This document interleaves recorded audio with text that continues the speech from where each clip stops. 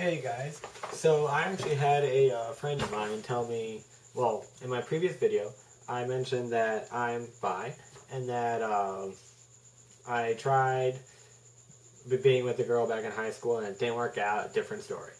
And he was actually interested in hearing that little anecdote. So, that's what I'm going to tell you about right now. Back in high school, I tried to date a girl by the name of Angel. She was one of my best friends, part of the Fantastic Four, as we called it.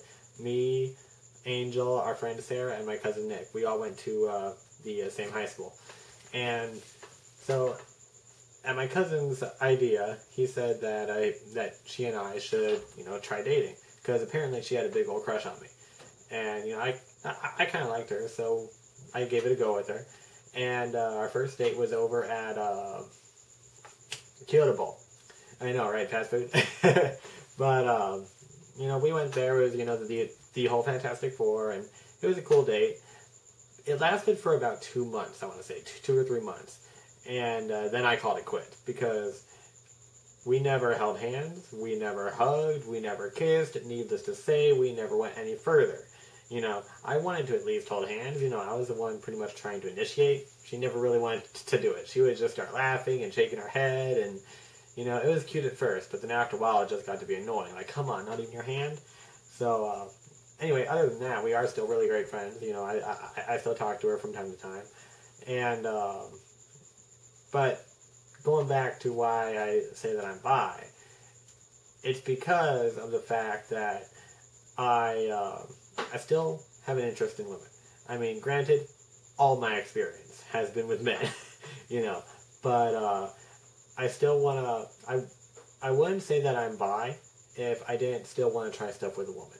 Like, if I ever had the opportunity, I want to, try stuff. Of course, no strings attached. What's always prevented me from doing it is because I don't want the girl to get emotionally involved and, just for me to find out that, hey, I don't like this, So, but one of the things I really want to try is, I like boobies. I love boobies. And I've only touched one pair of boobs in my life, as sad as that sounds. And that was my, of all people, my manager, Chris, who no longer is working there. Not for that. But she gave me a titty twister one day.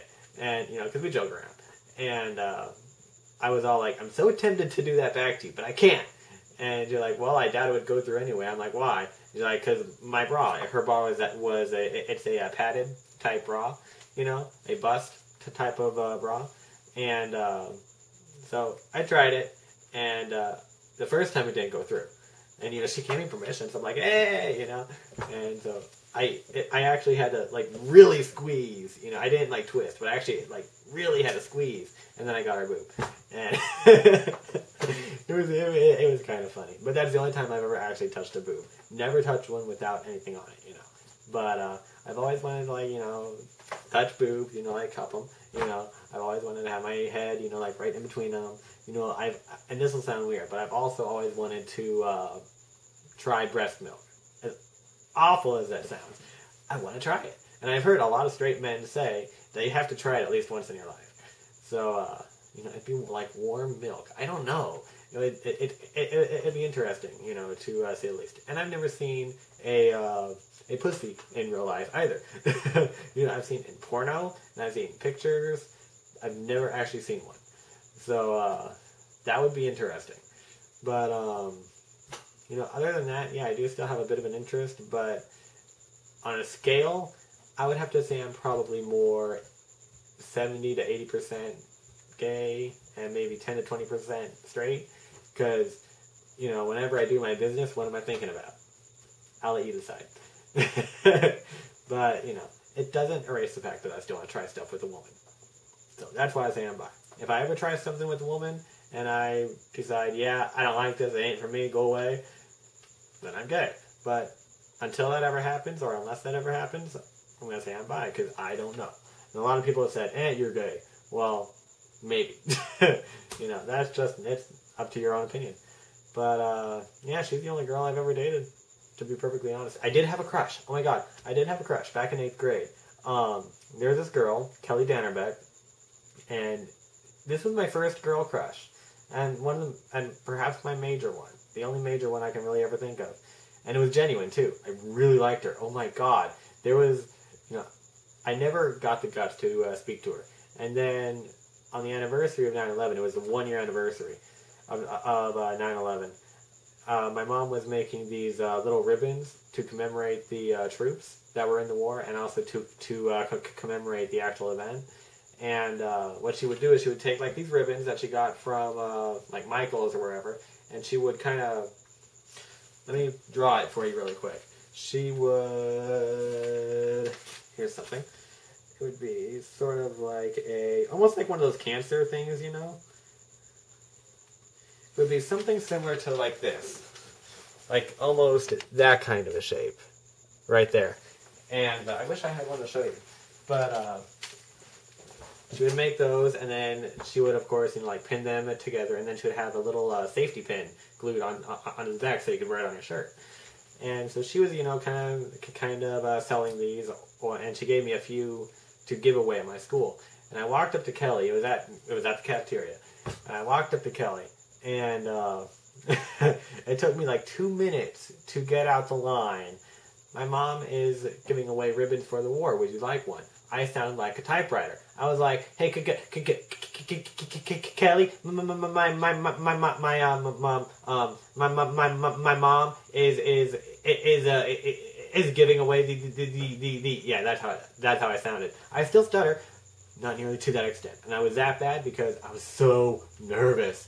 And what I loved about her, oh my God, is she actually stood there. She didn't, she didn't try to rush me. She just stood there calmly and listened to everything I said. And she would nod her head once in a while to let me know that she was still listening. And then, right when I was done, she said, "Okay, sure, yeah, I'd be interested." I was like, oh my God, it was so cool. And then we were in choir. And see, I had grown up as a loner. How much time do I have? 7 minutes, 3 minutes. So I had basically grown up as a loner. I had like one friend, at that time. And so we were in choir, with the show choir, and we were singing "Rock the Boat." And at one point, we had to get up off the chairs that we were sitting on. And so, I thought, practical joke, me being me, I was stupid. And I grabbed her chair and I moved it back a little bit. She went to sit down. She caught the edge of the chair. I was hoping she would fall, but she scooted back up, and choir went on. At the end of choir, I saw her crying at the other end of the room, and I knew it was because of what I did. And I didn't know how to approach her. I didn't know how to say sorry. I just kind of stood at the other end of the room, kind of pacing back and forth.